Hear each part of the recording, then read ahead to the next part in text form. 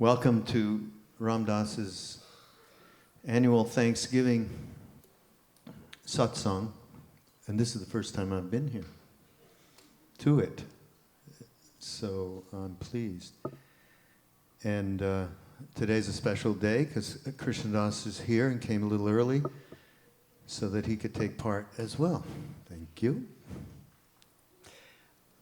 So, and I think Mike's explained, you all know that people donate food, cans of food that is distributed, so it's a part of what this is, as well as just generally giving thanks for being able to get together like we are able to do here.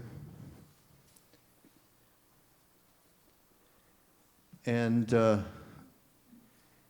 I'm reminded about what Thanksgiving really means to us all and has it over our lifetime, and that's giving thanks together. So family is pretty important. And the last retreat we had here, we had a wonderful, very close mentor, K.K. Shah, who was here last December. Those of you that were at the retreat, Open Your Heart in Paradise retreat, recall him. And he spoke about the specialness of Indian family and love. And we were relating about what that meant to us, those of us that went to India, our original families being a lot of times not so full of love. And we talked about how what Maharaji provided through these families in India was a real family home for us. And after a while, many of us felt we had come home by virtue of meeting these people, which Maharaji had arranged from the very get-go. So, Ram Dass, I know we've talked about this a little before, but I think it's important on such a day, today, being Thanksgiving a few days ago, just tell us, you've talked about it, as I said before, but tell us what it means, the Indian family that Maharaji gave you when you initially were there in '67, and what that meant in relation to the family that you had grown up in, and what that difference really was.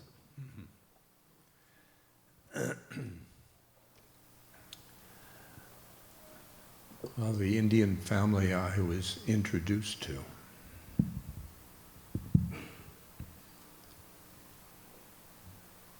had many generations in it.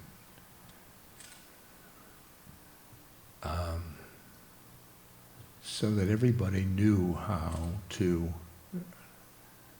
die and be born. And food was such a, Maharaji said, feed people. And now that we are here feeding people, and feeding people, and at that family, you met in the kitchen, and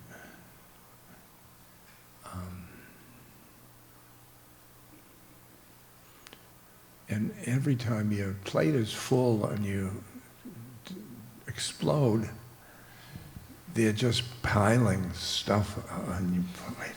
Never. It's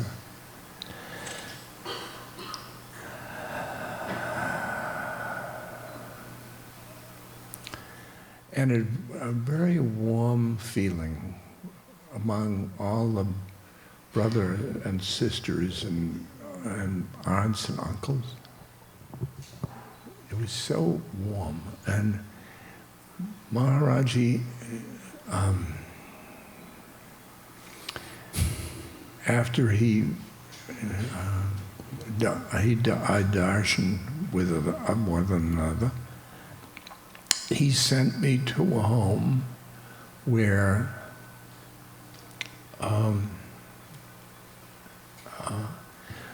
the saints were in all over the walls, all the puja, and everybody's hearts. Part of their rituals in the day.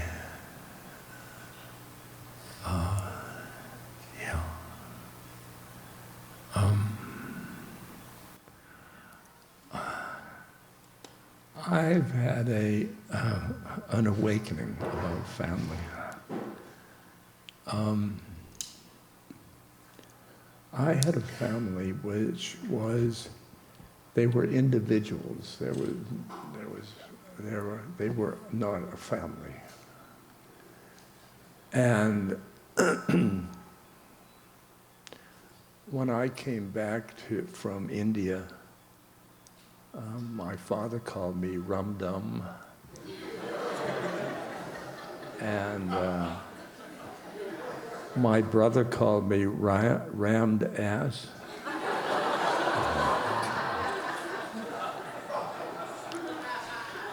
And you can see that it was not like India.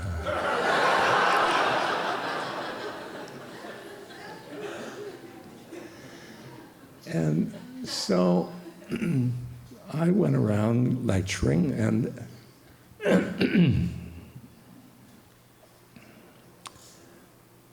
I would say, if you want to see how good your sadhana, go visit your family.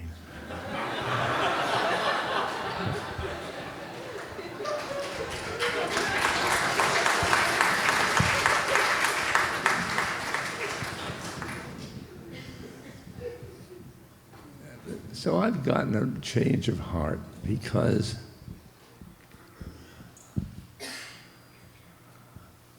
I see all my friends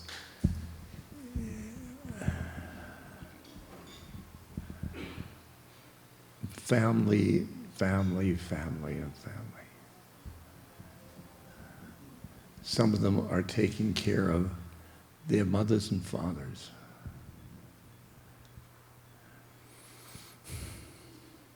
Playing with their grandchildren.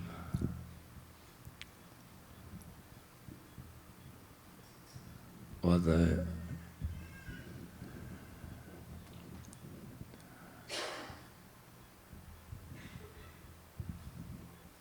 and I saw that family is so important. See, I've been interested in dying. I'm not me dying, but maybe, but that's and because I teach a course in sitting by the dying bed.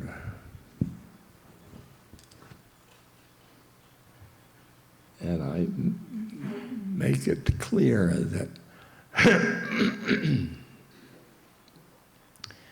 that a lot of forces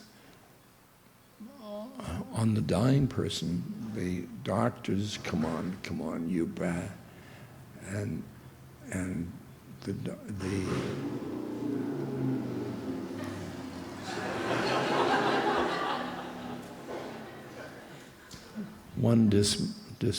one person.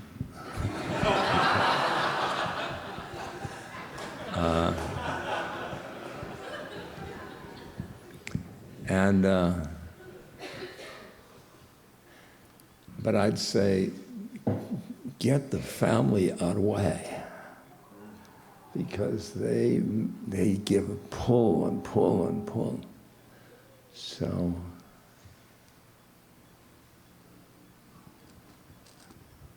maybe if the family has sadhana, then be okay. It's okay. So from my family perspective, my original family,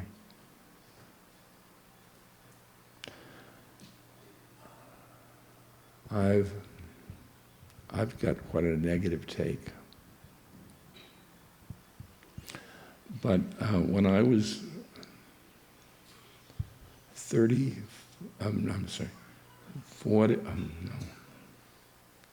70,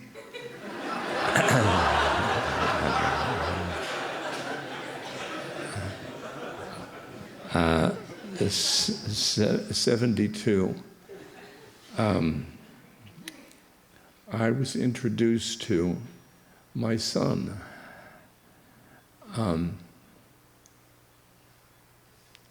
He was 52, 50. Quite a, for both of us. And he wanted to get into the family. And let's not get in the family.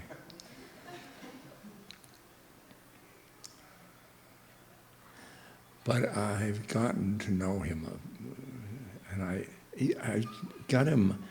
He's a family, but I got him over a satsang. He's mainly a satsang. A little bit. He'll say namaste on the phone.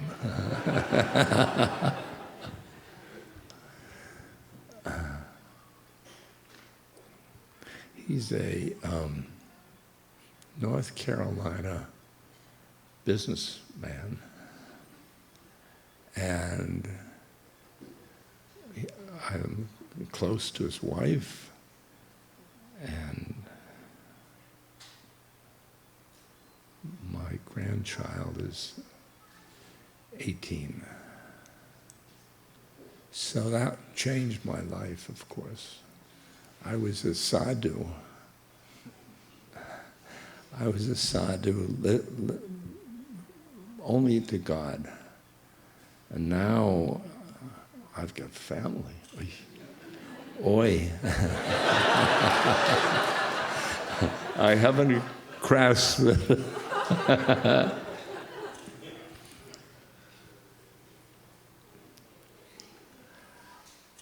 But this morning I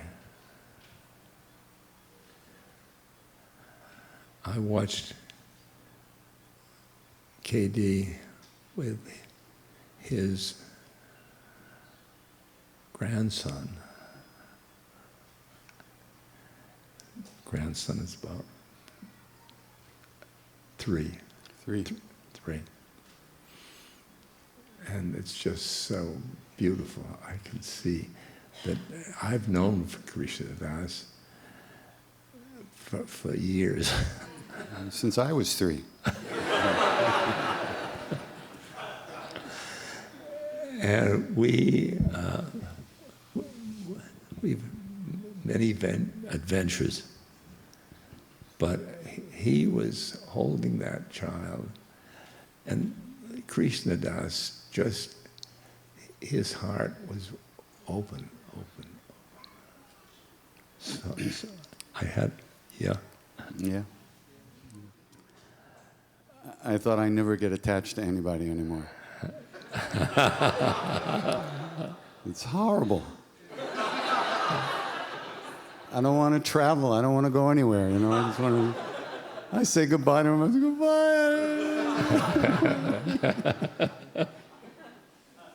It's good teaching though, because the minute I'm out of the door, he doesn't even remember my name. And I recognize that. It's me. I don't want to leave you. Isn't there something? There's something in what you said, Ram Dass, though, about meeting your son, and how you weren't really trying to create a new family in that way, but he was being brought in to the satsang, which he was. He spent a lot of time with us when you first met him, and coming to different events when this was all new to him.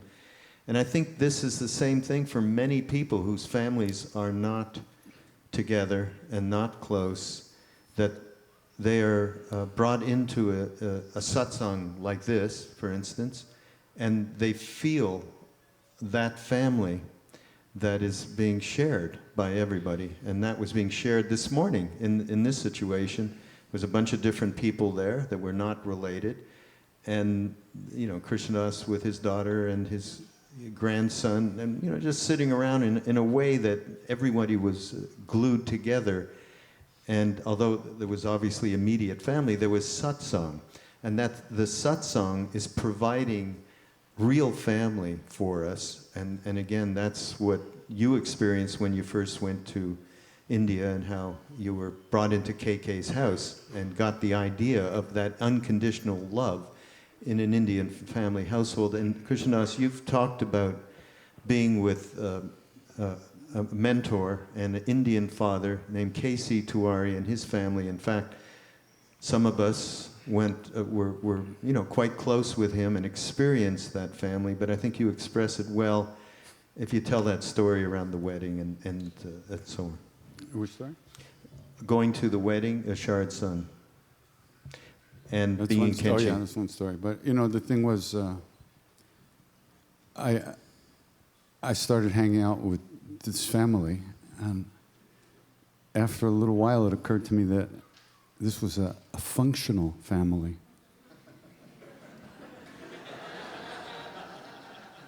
I had no idea that there was such a thing, you know. It was quite amazing. It was all out in the open, yelling, screaming, loving, you know, everything. And the thing I realized was that there was nobody in the family afraid that somebody else would throw them out of their heart for something they said or did, right? So they were free to just let it be, you know, let anything come out. I mean, they yelled at each other, they fought. In my house, don't raise your voice, don't talk to me like that.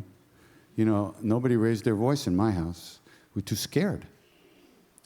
But this was wild, and Mr. Tiwari he loved to argue, and he really loved to piss me off.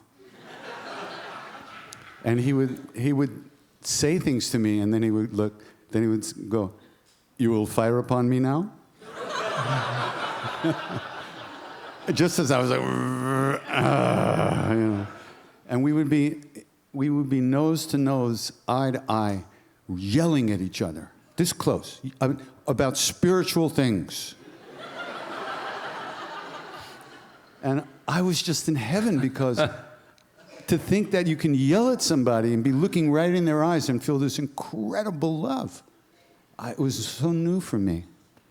It really opened me up in a way I had no idea it could be that way. And so last year, or 2 years ago, 2 or 3 years ago, the oldest grandson of Mr. Tiwari was getting married.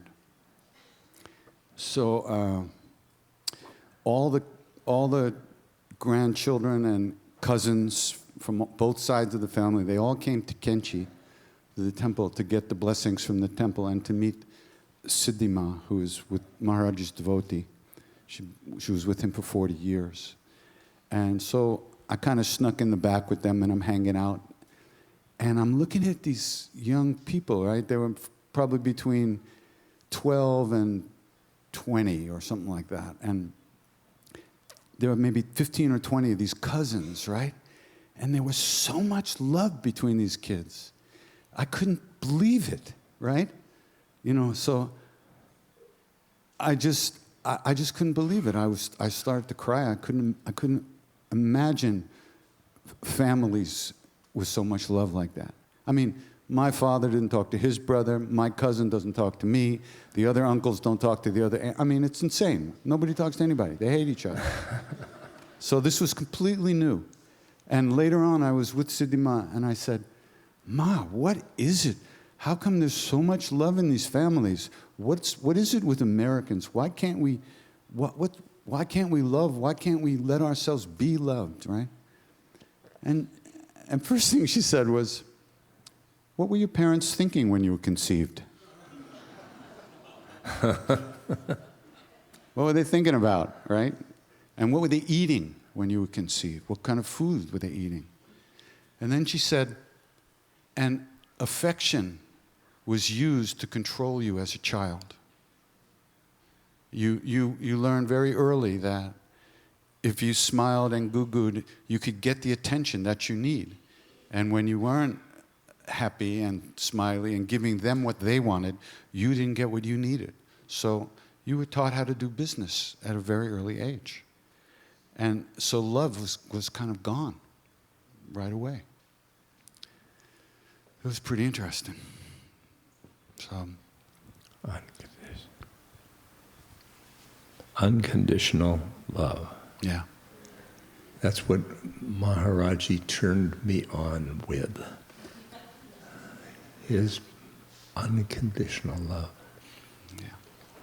I've mentioned it many times. I'm sure some of you just bored, but it's the story. I went to see Maharaji because I wasn't coming. I was sort of didn't. I went to see Maharaji, and we had darshan, and then he said, "You were thinking about your mother last night." I was last night far away. We were driving up to King, and I did think about my mother for about 10 minutes, and he picked it up then, and so I was impressed, and that was the power issue. Wait, I have to interrupt. Yes.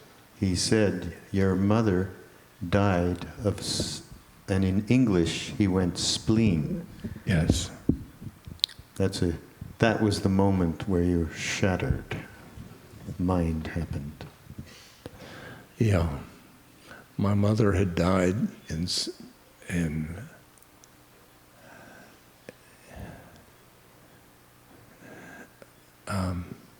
Massachusetts, and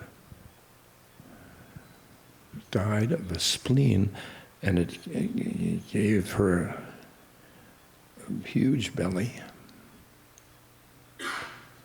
And he said, this little man in the Himalayas, your mother died 6 months ago.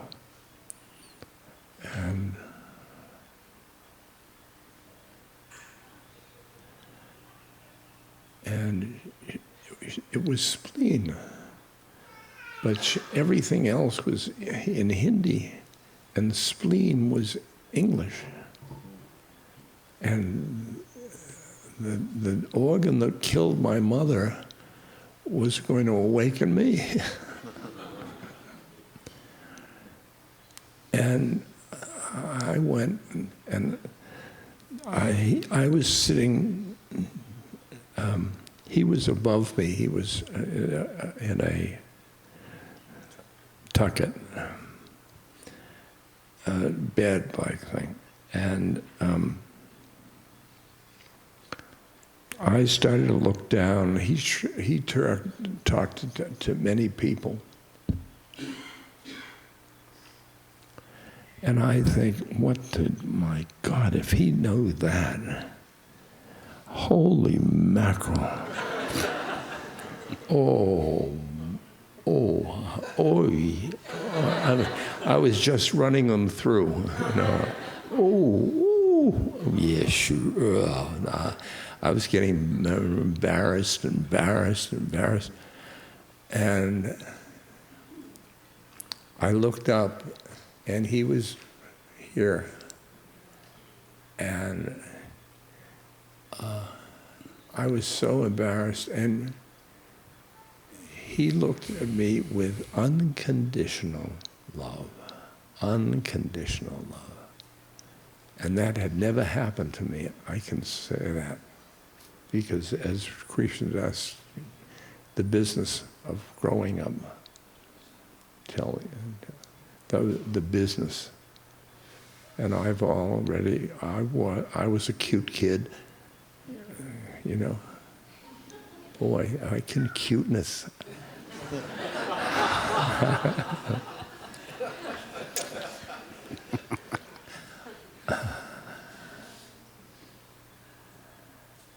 But this one, he knew everything because he was here, and I was going through the list of inside, and I know read it. He could read his mind, but I could.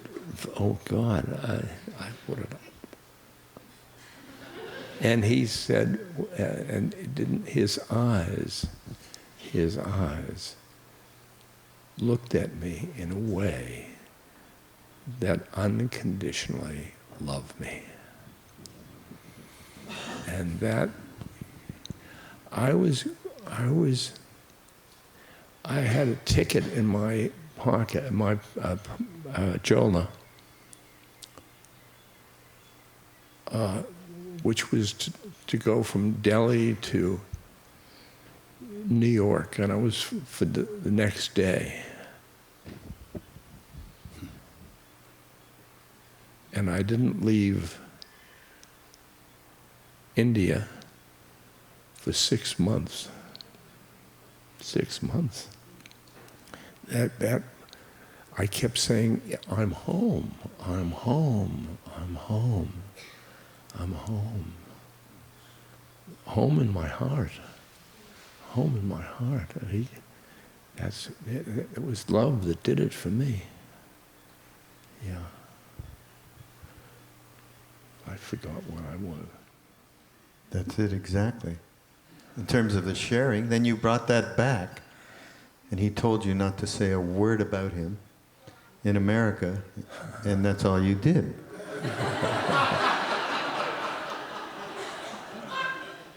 And so it was the sharing, and that goes back to family. You know, he created an entire family by virtue of knowing that you were going to just absolutely do nothing but talk about that experience. And then we all went, we got to have some of that because we were bereft of it through our family. We never had experienced unconditional love. So that really takes us full circle into what we're talking about here with Thanksgiving and giving thanks that we have this, no matter what our nuclear family is or isn't like at this point. I have something I want to spring on you. I read, we have just a little bit of information about how I found this. We are actually putting together all of our people that were in India that went back when Ram Dass went back and spent a few years with Maharaji of different time sequences, and some of us have diaries. There was quite a few diaries, but we've gone around and we've actually interviewed everybody for a book that we're working on that hopefully will come out in a year or so, called Love Everyone. And in the course of that, we have transcribed a lot of these diaries. So I just happened to have one from one of the satsang, and in it, there was an incident that happened with us sitting around Maharaji that I wanted to bring up, and Krishnadas will be able to detail it a little bit, but it's when the Krishnadas at one time had a bad knee, and we would go to Maharaji, and he was, he actually healed it one time. But Krishnadas walked around, or spent a lot of time. He would write everything down. His diary is full of wonderful stories and. Everyone. Do you have it? Where is it? Well, and what happened is this person reported that Krishnadas had something from a passage. Was it St. Paul? Is what you think? I'll just read it, and then you can maybe recall the incident. But in his diary, it said, "And lest I should be exalted above measure through the abundance of the revelations that were given to me, it was given to me a thorn in the flesh. For this thing I besought the Lord thrice, that it might depart from me.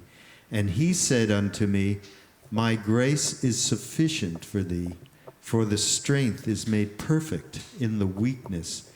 And Maharaji pointed to that exact passage in the book and said, "Teak." So can you give us what you remember? Okay, almost like that.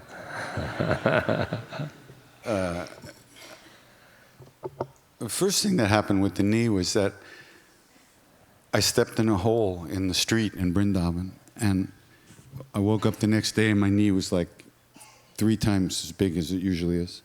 So I figured I had to go to the hospital. But on the way to the hospital, Raghu helped me walk to the temple to tell Maharaji where we were going, because we were leaving town. And we weren't supposed to go to the temple until about 4 in the afternoon. And this was first thing in the morning. So he was sitting all alone in the courtyard. Oh, there was one Indian guy with him, but it was a big empty courtyard, and his cot was in the middle, right? And I limped in, leaning on Raghu, and he didn't say anything at all. And we sat down, and he didn't say, like, what's up with the knee or anything. He just sat there.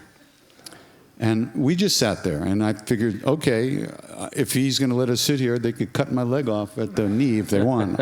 I'll stay right here as long as they'll let me. Then after a few minutes, he gets up, and he starts to walk towards the back of the temple. And he was holding this devotee's hand, this Indian guy's hand. And as they walked, he was kind of leaning on the guy, right? And the further away he got, he was like almost falling over on the guy, like he could hardly walk. And I thought to myself, oh, he's taking on the karma of my knee, right? And at that instant I had that thought, he stopped, he turned around, and he ran back to the tucket. And he plopped down on the tucket and looked at me and he said, "You thought I was in pain? You wanted to help me?" And he patted me on the head like this, you know. Wonderful. I never heard that. So later in the day, I think it was, or maybe the next day, he grabbed this woman's Bible. She carried, because he was always talking to us about Jesus. So we said, well, let's read that book. What is it, So some of us carried Bibles around, we'd read. So he grabbed the Bible. This is somebody who supposedly doesn't speak or read English, by the way. He picks up the Bible, goes through a few pages, and points to this verse. And that was the verse that Raghu just read. And he looked at me. He pointed to my knee. And that was the message about the knee. Read it again. Yeah. So, "And lest I should be exalted above measure through the abundance of the revelations, there was given to me a thorn in the flesh. For this thing I besought the Lord thrice, that it might depart from me. And he said unto me," the Lord said, "My grace is sufficient for thee, for the strength is made perfect in the weakness." And this is something that we would talk about much. Maybe you talk about, my strength is made perfect in my weakness, and my grace is sufficient. Well,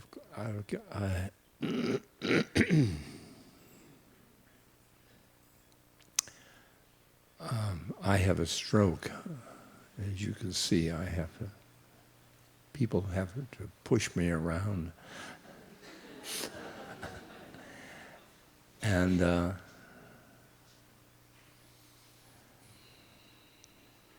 I had it during a night, and I woke up, and this leg wasn't working, so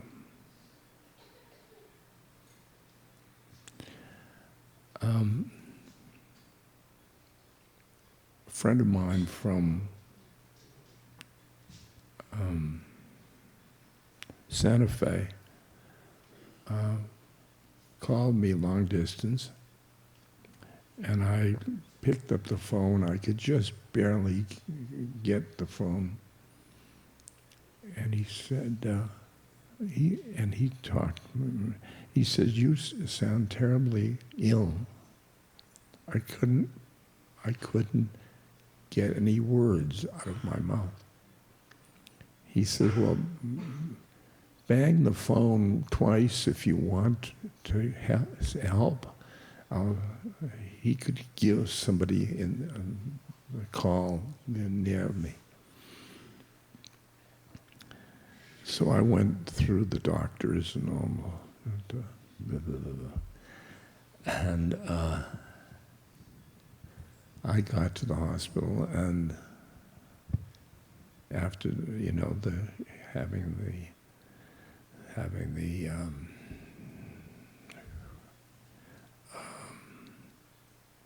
the police and all that moving me, and around me in the room was my Satsang friends and my family and all the people I know. And they all had long faces. And they all had, "Oh, he's got a stroke. Oh, it's too bad, too bad." And I tried to not get caught in their minds. And my eyes raised. There was a picture of somebody had put a picture of Maharaji in the hospital room. And I looked at it,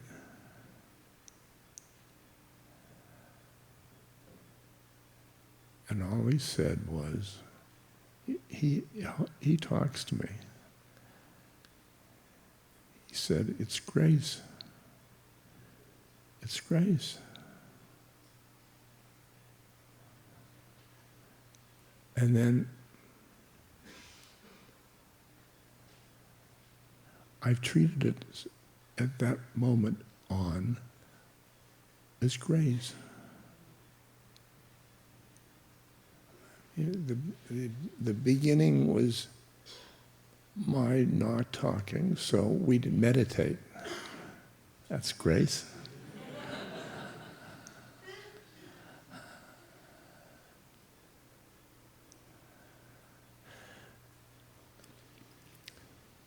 It kept me from my usual things, my sports car and my cello and golf and all the wonderful things out there. But what happened was I turned inward. I turned inward as a result of the stroke. And I've gone inward and inward and inward and to the soul. That was grace. That was grace. That was grace. And just to say so that's a great connection actually between what you're talking about, fierce grace, he says, strength is made perfect in weakness, that as long as you're being able to, you see the grace through that exact window, and that's really what happened to you. I'm strong. Couple of years ago, Ramdas and I had a long talk, and as I was leaving, he said, I bless you, I bless you. I bless you, you should have a stroke. Thanks. Are you going to push me around? We'll roll each other together. But we were talking too about having the vantage point. I mean, Ramdas, many of us that have been sitting with him recently through these kinds of satsangs or through the retreats or through online workshops and webcasts certainly know that a primary teaching that he has been sharing has been all about moving our vantage point into the spiritual heart, into the Jivatman soul, whatever you want to call it. And would you say that it is really only possible to see this suffering as grace from that vantage point? Yeah. And From your soul. so how about leading us on a meditation at this point? Loving kindness would be great.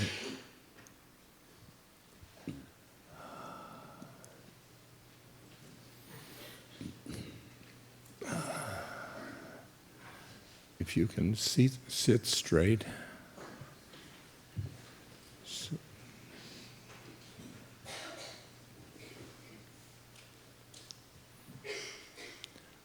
You start in your thoughts. Your thoughts give you the ego. The ego is I. So you start with the I you think you are.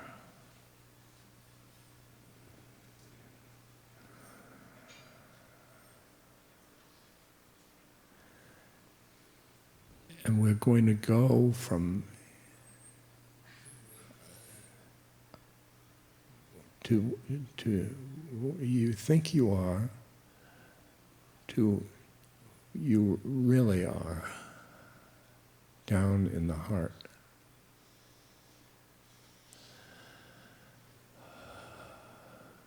Starting from your head to the heart. I am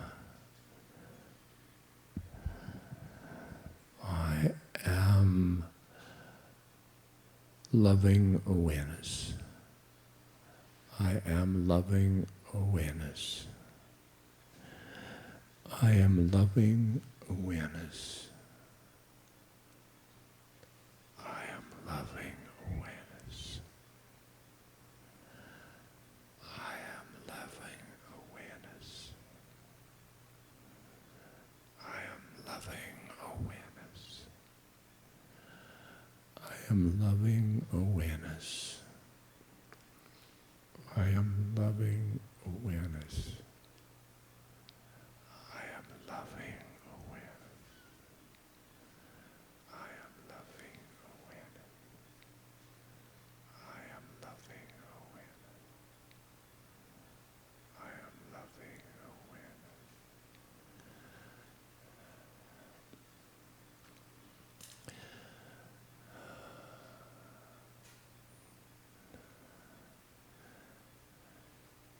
Now, you are loving awareness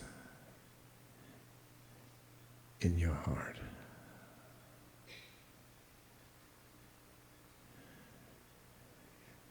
You're not who you thought you were.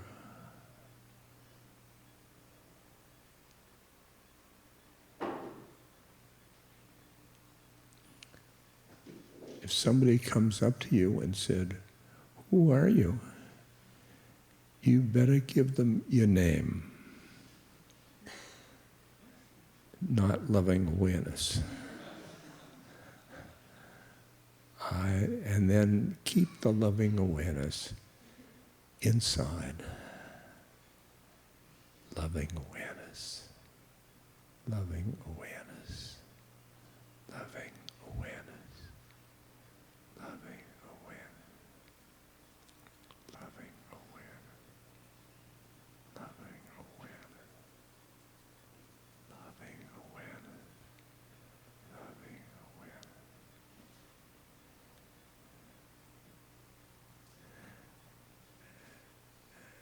And that loving awareness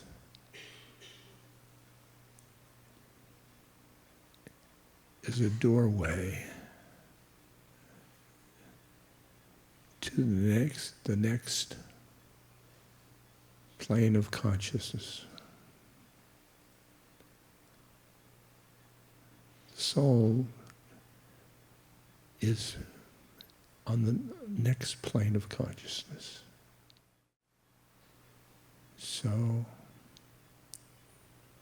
to break through that loving awareness, not to right into the soul, use your breath to get through that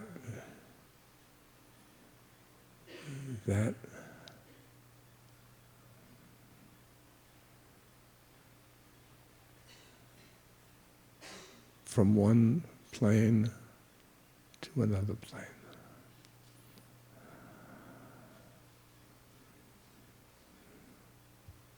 While the ego in the head came out of fear and anxiety, when you start to live within your soul, it's all love. It's all love. The universe is all love.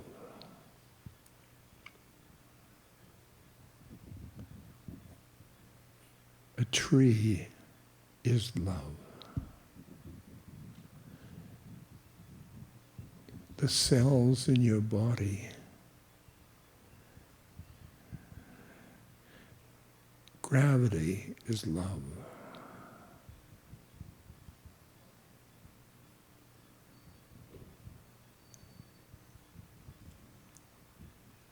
Once you get through that jump from one plane to another plane, I see all of you as souls. That's what a soul does.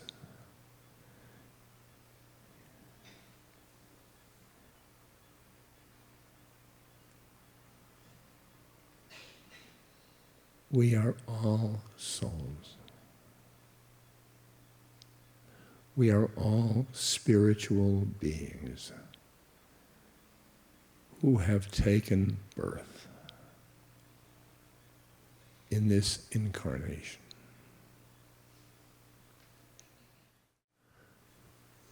The soul comes from the One.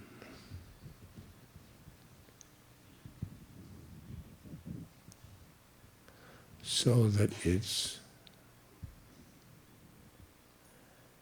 got in it love, compassion, wisdom, peace,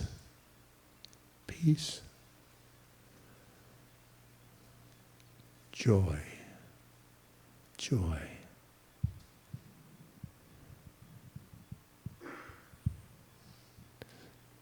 You are souls. You are containing these things.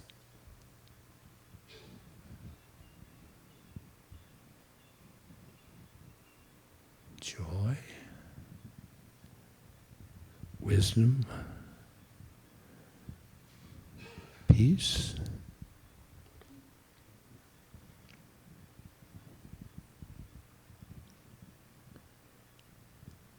compassion.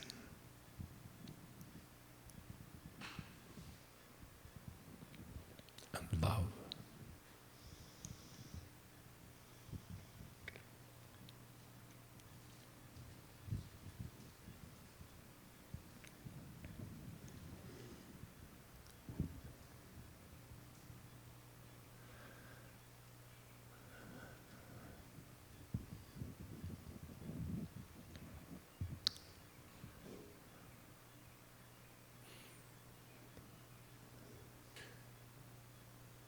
The next level of consciousness is the level Maharaji's at.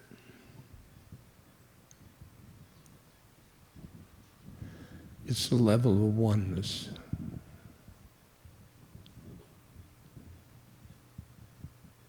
In this level, we are the universe. We are. But the distinction between these levels, you have a soul. A soul sees love, sees it. And then the next level, you be it. See, be.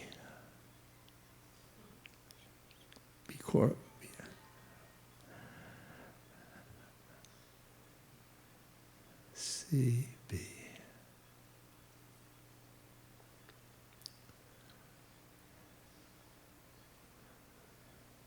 It's a tough job to get this third level.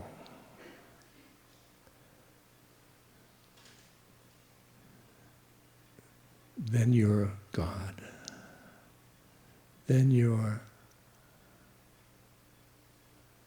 one with everything. Everything.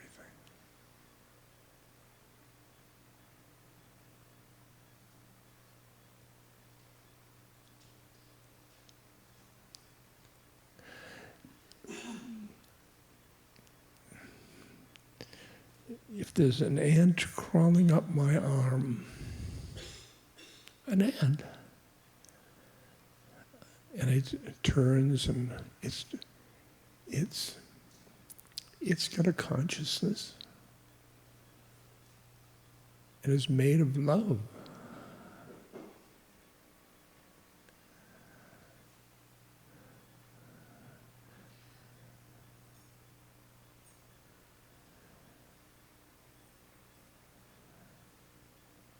What am I going to do? Because all my childhood, you just get rid of the ant. But now, it's just love. If you're staying at the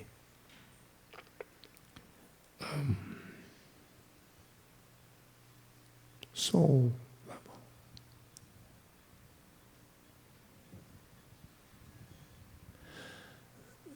There's one thing that the soul has. It's the witness. It witnesses this level. It witnesses your incarnation.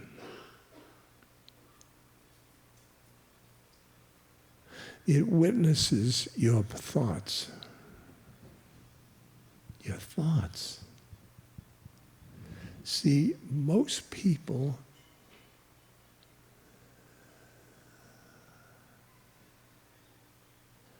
identify with their thoughts.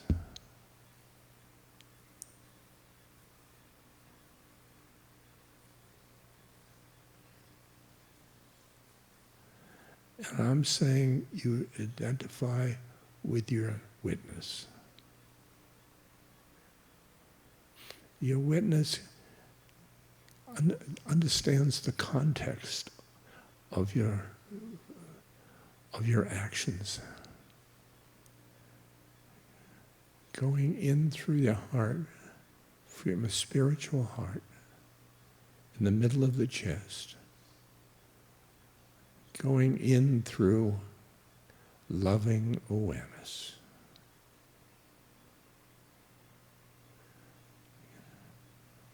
Going into your soul.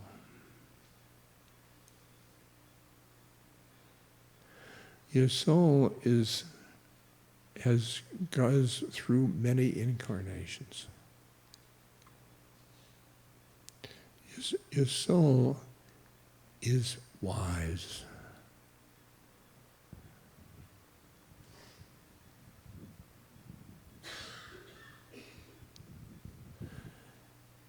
And your intuition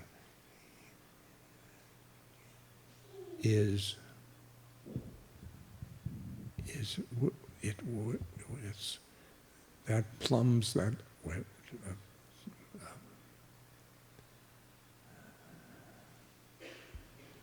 that wisdom.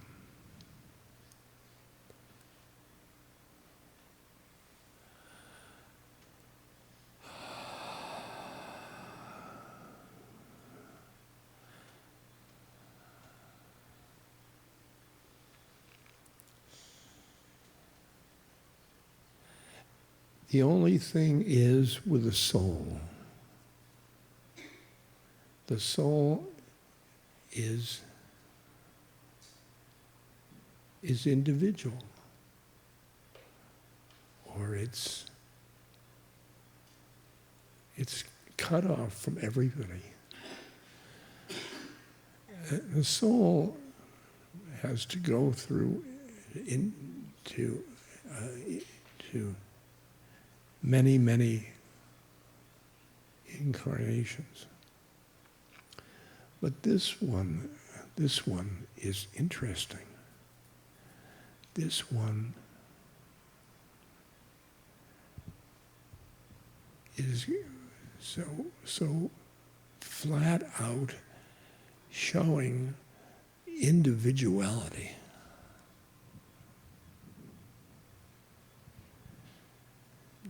The individuals, nation states,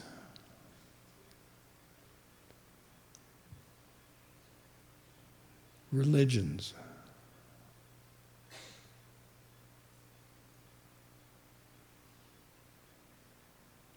this individuality.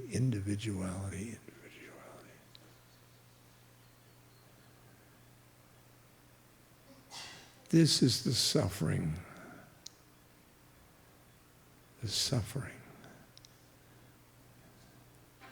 that Buddha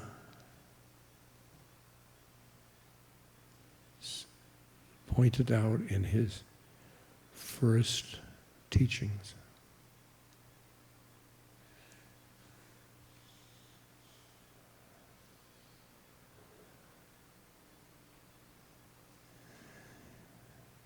Yeah.